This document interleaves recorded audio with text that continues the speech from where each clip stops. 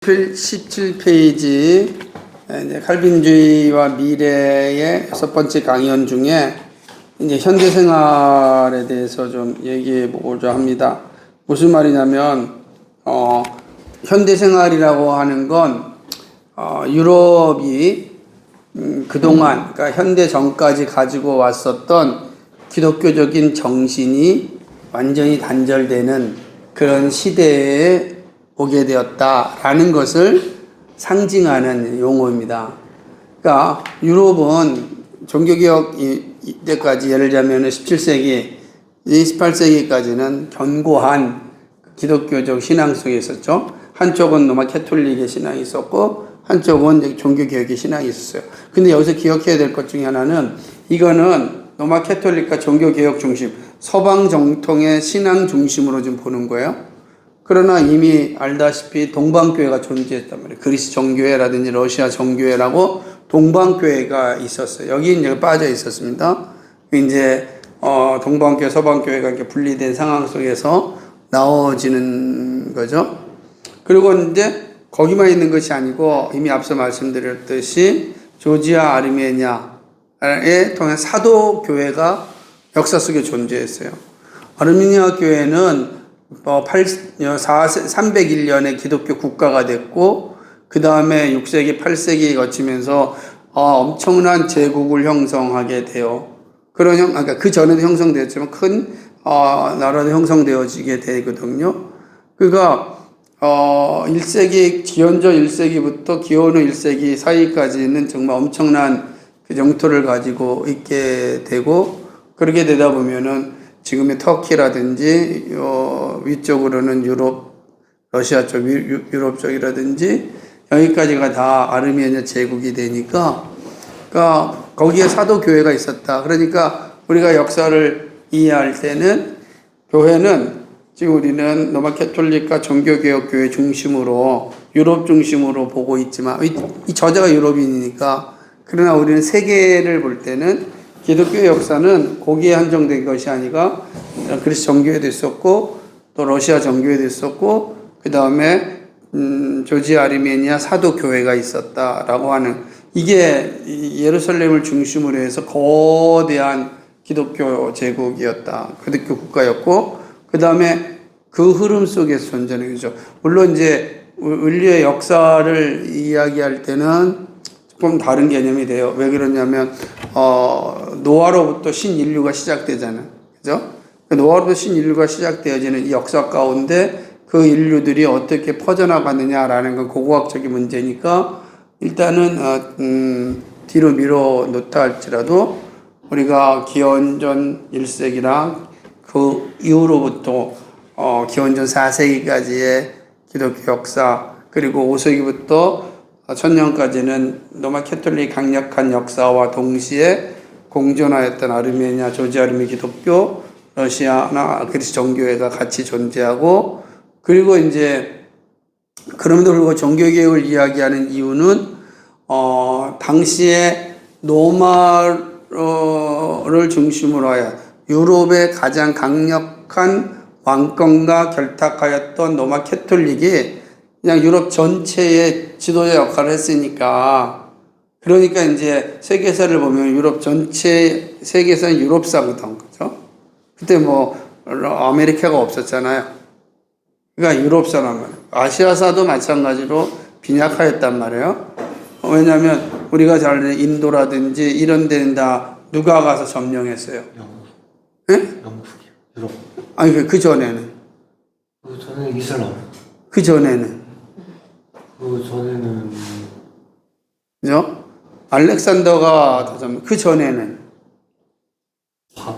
아하수르의 왕이 크세르 여러분 영화 300에 나오는 크세르가 127도를 다스렸단 말이에요.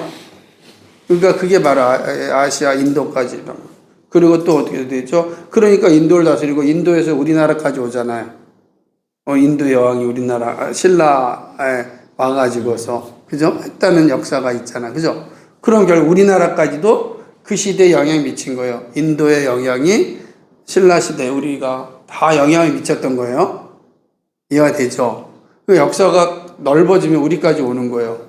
그런데 크스리크스가 127도로 하였고 그 후에는 알렉산더가 인도까지 가잖아요. 그래서 인도의 문명은 무슨 문명이라 그래요? 인도의 이 불교 문명도 어떻게 됐어요? 여러분 학교 다닐 때 배울지 모르겠지만 인도에 있는 불상들은 어떻게 돼요? 아시아 사람이 얼굴을 가지고 있는 게 아니고 서구 사람이 얼굴을 가지고 있단 말이에요. 그걸 갖다가 코카서스 인종이라 이렇게 얘기한단 말이에요. 백인들을 자기를 부를 때 코카서스 종이라 그렇게 얘기를 한대요. 그러니까 그렇게 보게 되면 자체가 이제 역사가 다르게 되는 거죠. 그러니까 우리 그런 역사 가운데 이제 있지만 그 중심은 이제 유럽의 로마 캐톨릭이 더 가장 강력한 세력을 가지고 있었고 그 영향을 미쳤기 때문에 그리고 그 시절에 이제 종교개혁이라고 하는 위대한 역사가 일어나게 되고 그 재미있는 건 뭐냐면 종교개혁과 함께 종교개혁자들도 선교를 합니다. 그래서 칼빈 같은 경우는 브라질에 선교사를 보내고 선교를 합니다. 그런 다음에 로마 캐톨릭에서 예수회에서 선교사를 보내기 시작합니다. 빨리 선점하려고. 그래서 갔던 것이 인도 어디로 오죠? 일본. 다 거쳐서 일본에 와요. 여러분 사이런스라고 하는 영화 있잖아요. 그게 앤드 슈사코의 침묵이라고 하는 소설을 배경으로 한 그 영화란 말이에요. 그거는 이제 일본의 순교사들이야. 일본의 예수의 신부들이 와가지고 순교한 역사를 기록한 거예요. 그래서 우리는 나가사키를 짬뽕으로 유명하지만 거기 순교의 역사가 있는 것이고 그렇게 되면 역사를 잘 보게 되면 종교개혁 이후에 이 종교개혁의 영향에서 반종교개혁을 일으켰던 이 로마 캐톨릭 예수회가 일본까지 왔고 그러면 여러분 잘 알자면은 그 임진왜란 때 우리나라에 들어왔던 일본의 그러니까 예수의 선교사들이 우리 한반도에 들어왔다 이런 기록들도 있단 말이에요. 그러니까 이런 기록들을 보게 되면 이것도 또 아주 독특한 역사의 현장들도 보게 되는 겁니다. 그래서 순간순간들이 많이 나타나게 되죠. 그죠? 얼마 안 되는 거예요. 우리가 임진왜란이 몇 년이에요? 1592. 야, 어떻게 정확합니까? 종교개혁이 몇 년이에요? 1517. 1551을 그죠? 그 예수의 선교사들이 바로 그때 이제 종교개혁 이후에 바로 와요. 그래서 일본을 통해서 그다음에 한반도까지 오게 되는 그 역사들이 기록되죠. 있어요. 그러니까 역사를 그냥 단편적으로만 보면은 나와 무관한 것 같지만 이 총체적으로 보면은 우리의 역사에 포함되는 거예요. 종교개혁이 없었다고 한다면 또 그런 것도 없는 거죠. 그런데 이제 문제가 뭐냐면 이렇게 오던 것이 19세기를 들어오면서 이제는 단절되기 시작을 해요.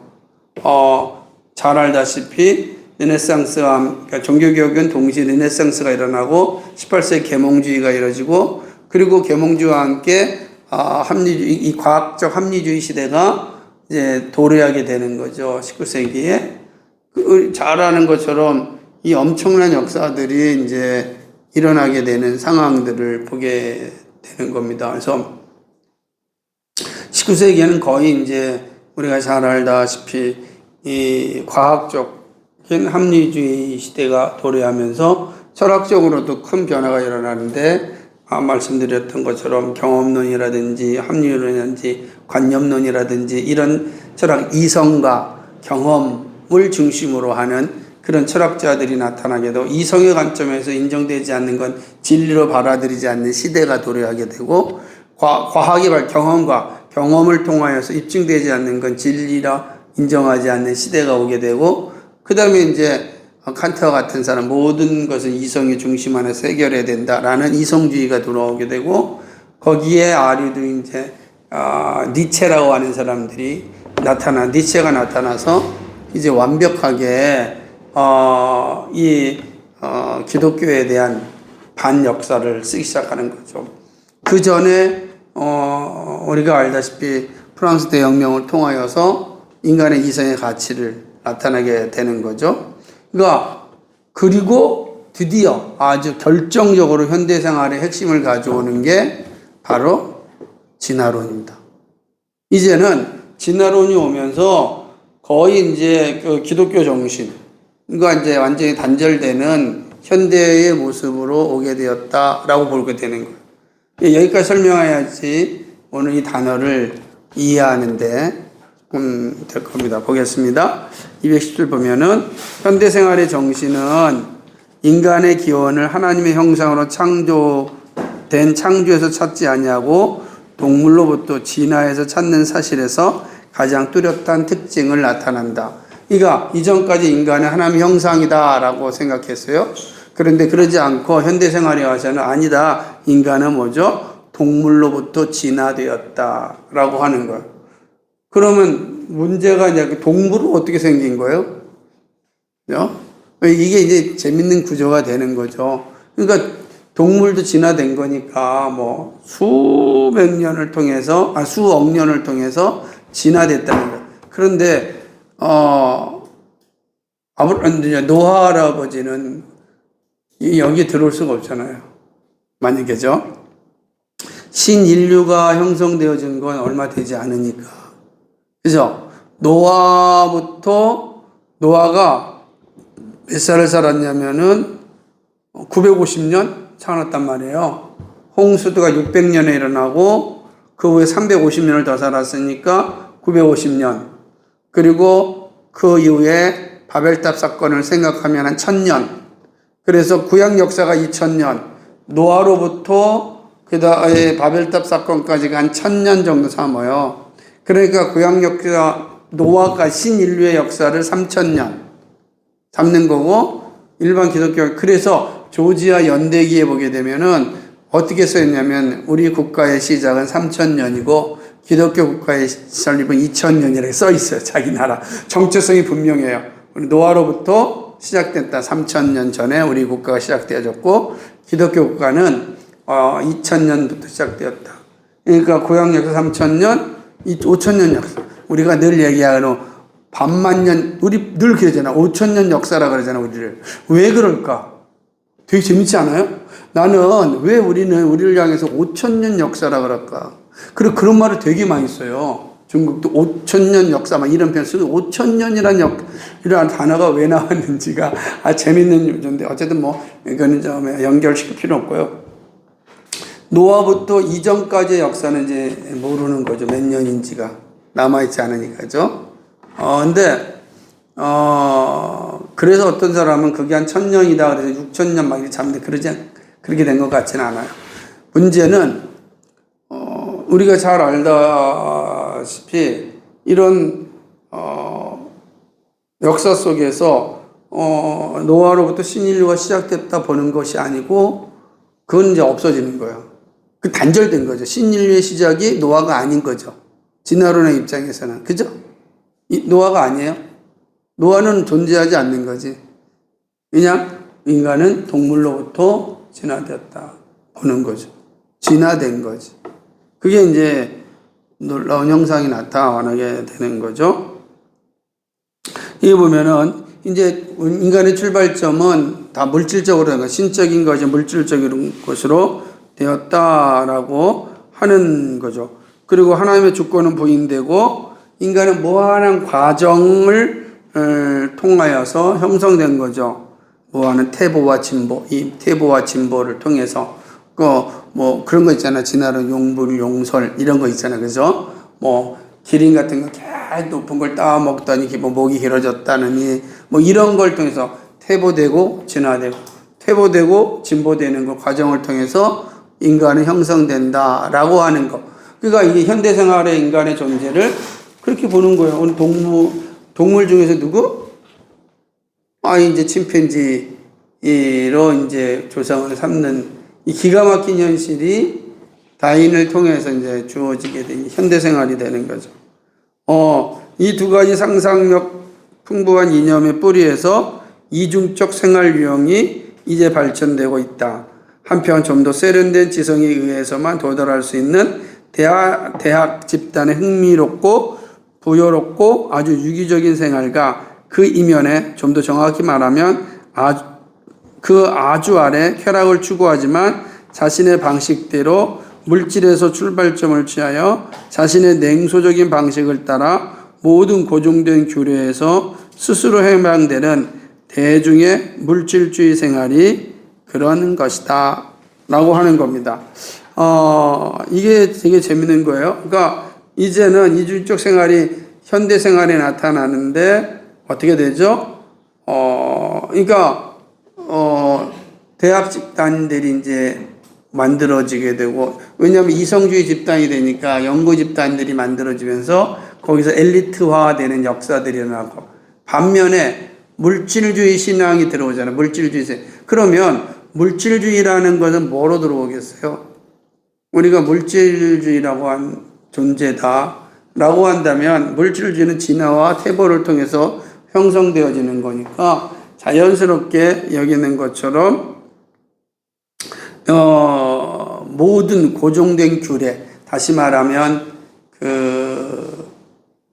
하나님의 형상으로 지음받았다, 하나님께서 지으신 성경의 가르침이 있다, 이런 규례에서는 이제 해방될 수 있는 자유가 생긴 거예요. 왜 그러냐면 그 전까지는 우리 하나님 형상으로 만들어졌고, 그런데 하나님 형상이 아니라 물질에서 시작되었다고 한다면 기준이 물질이잖아요. 그 물질은 선한 거야, 악한 거야?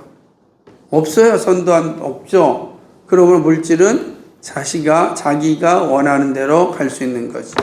이런 생활들이 이제 현대인들에게 들어오게 되는 거면서 극도로 타락한 세대가 오게 되는 거죠. 그러니까 이제 결국은 어떤 세대냐면 돈과 쾌락과 사회 권력만이 이제 사람들의 어떤 추구 대상이 되는 거죠. 물질주의자들의 추구 대상이 그거 아니겠어요? 물질이라는 게 예를 들면은 침팬지라든지 동물들이 문화적 향유보담도 뭐 하는 거예요? 그들은 자신들의 본능에 따라 살아가는 거잖아요.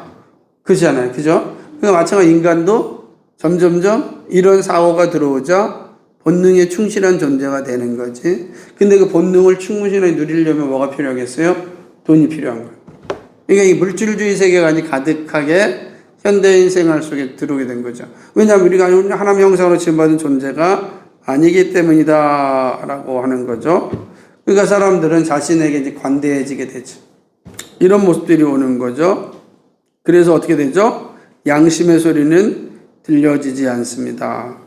이제 모든 고상한 열정의 불꽃은 꺼졌고, 고상한 열정, 하나님을 영화롭게 한다는 열정은 다 사라졌다라고 하는 거죠. 그 문제는 자신의 삶의 모습에 있어서 내가 하나님의 나라를 발전시키고 발견하여 하나님께 영광 돌린다는 이런 열심이 사라지게 되면 어떻게 되겠어요? 그게 물질주의적 쾌락으로 달려갈 건데, 쾌락이라는 그거는 시간이 지나면 지루해지는 거거든요. 지루해지면 어떤 현상이 일어나겠어요?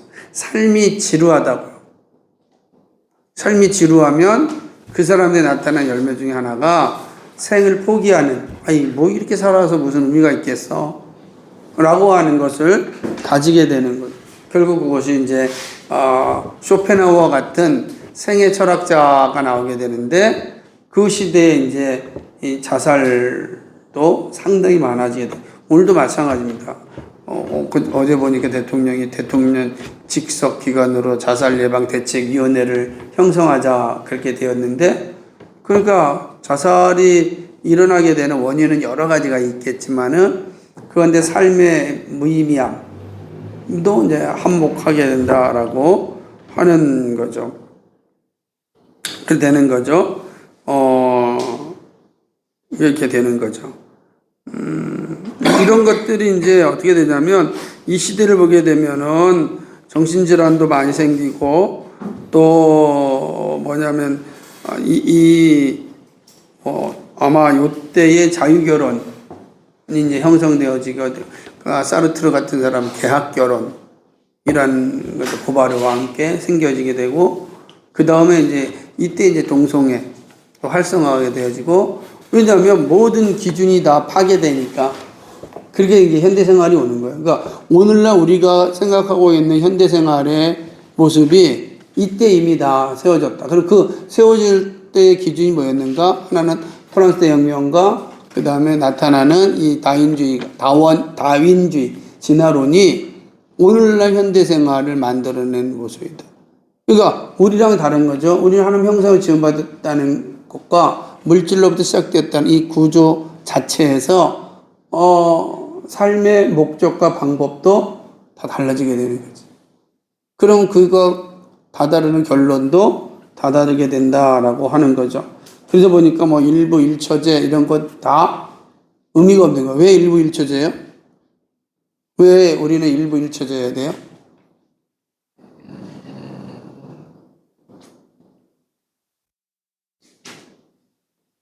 왜 우리 일부 일처제해야 되냐고.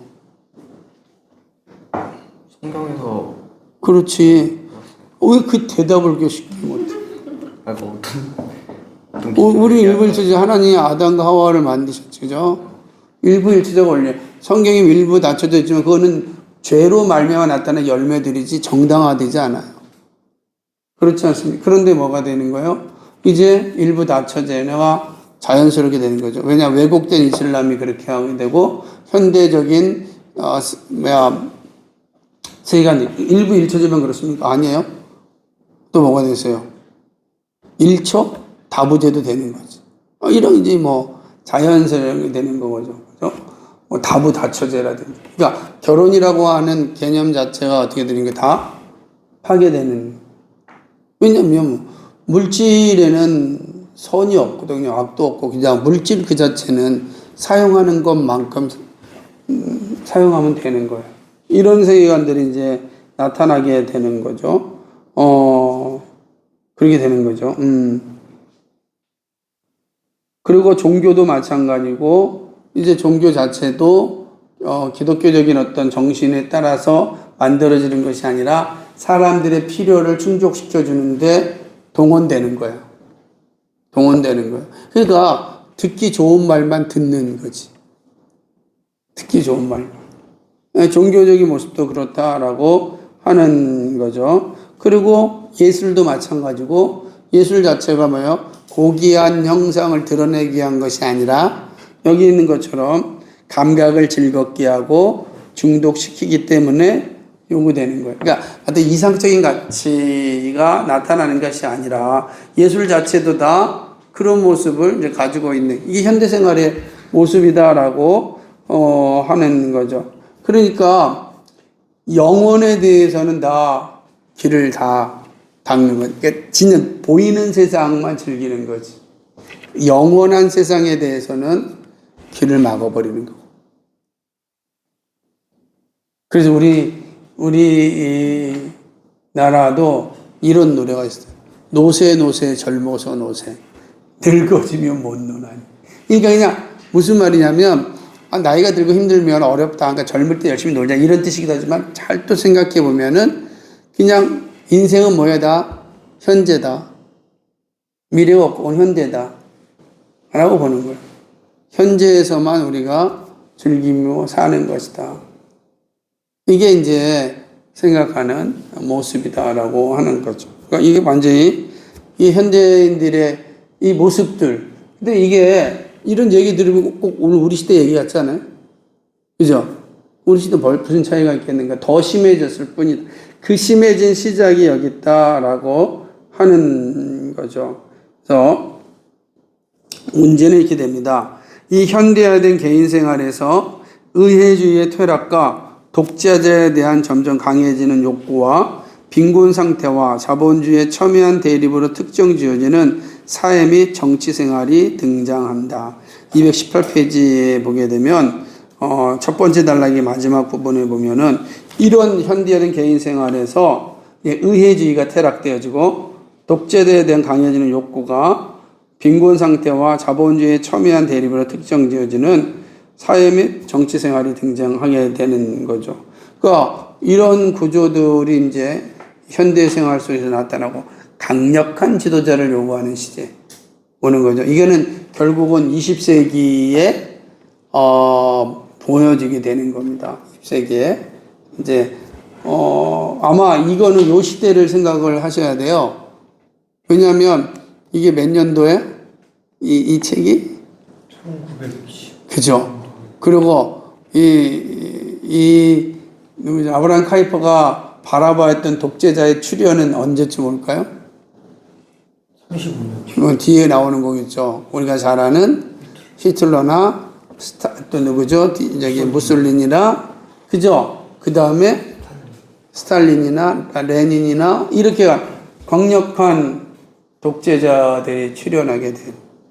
이게 우리가 우리 시대에서 보면 안 되고 아브라함 카이퍼의 시대에서 아브라함 카이퍼 되게 무서운 거예요. 이거를 예언했잖아요. 여기 보면은 의회주의가 퇴락하고 독재자에서는 강해지는 욕구가 나타날 거다. 그러니까 우리 시대 같은 데는 스탈린과 뭐 상상할 수도 없지만 나타난 거. 여러분 그 본회포라고 하는 그 목사님에 대한 영화가 있어요. 디트리 본회포 영화를 한번 꼭 보세요. 그거 아마 지금 다 이렇게 나왔을 텐데 그 영화를 보면 히틀러가 얼마나 끔찍한 일을 했는지 히틀러가 보게 됩니다. 그죠? 그리고 그때 당시에 기독교의 그 루터교의 목사들이 얼마나 끔찍한 범죄를 저질렀는지를 보게 돼요. 사람들이 어떻게 히틀러를 추종할까? 다 추종하잖아요. 그죠? 이런 것들을 보게 된다라는 거죠. 더 재밌는 건 뭡니까? 한번 읽어볼까요? 두 번째 단계 반면에 같이 읽어볼까요? 시작.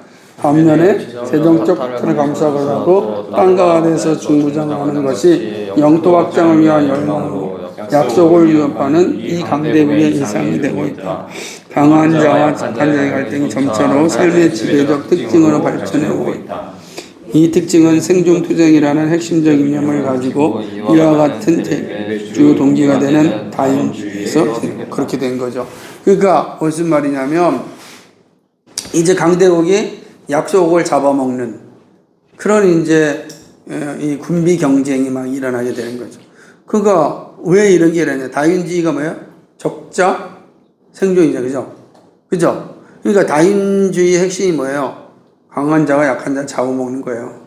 그러니까 이런 생각들이 바로 이 국가 경쟁, 이 군비 경쟁에서 나타나는 거예요. 개인의 삶에서도 나타나듯이만 국가 간의 관계에서도 다인주의 이 사고는 강하게 나타나는 거예요. 그러니까 우리가 다인주의적 사고를 가지고 있으면 양육강식이 맞아요. 그죠?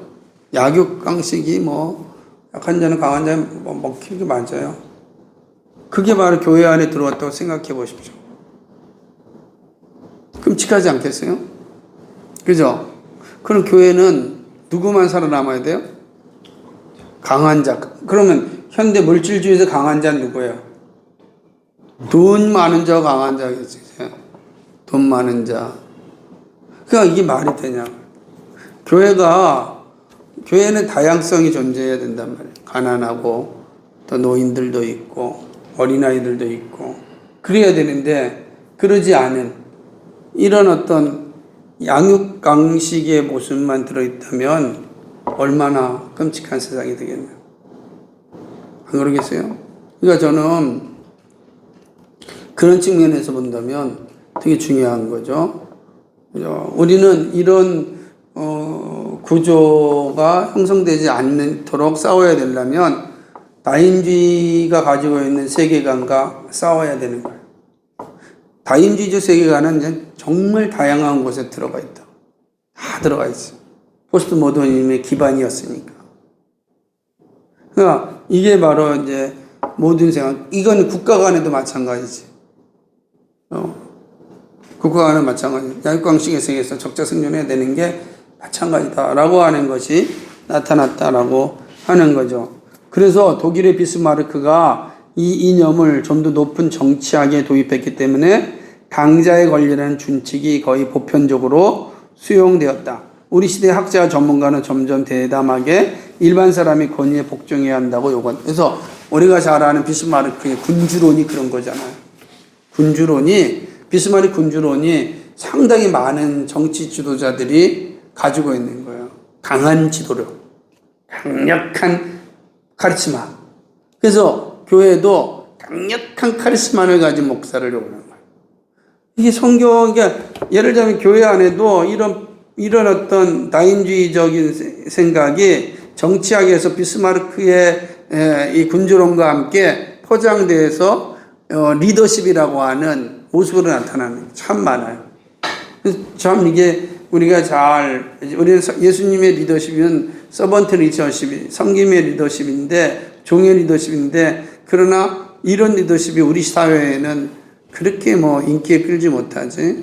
왜냐하면 비스마르크가 가지고 있는 이 강력한 리더십, 다인주의적 세계관을 가진 리더십이 필요하다라고 하는 거죠.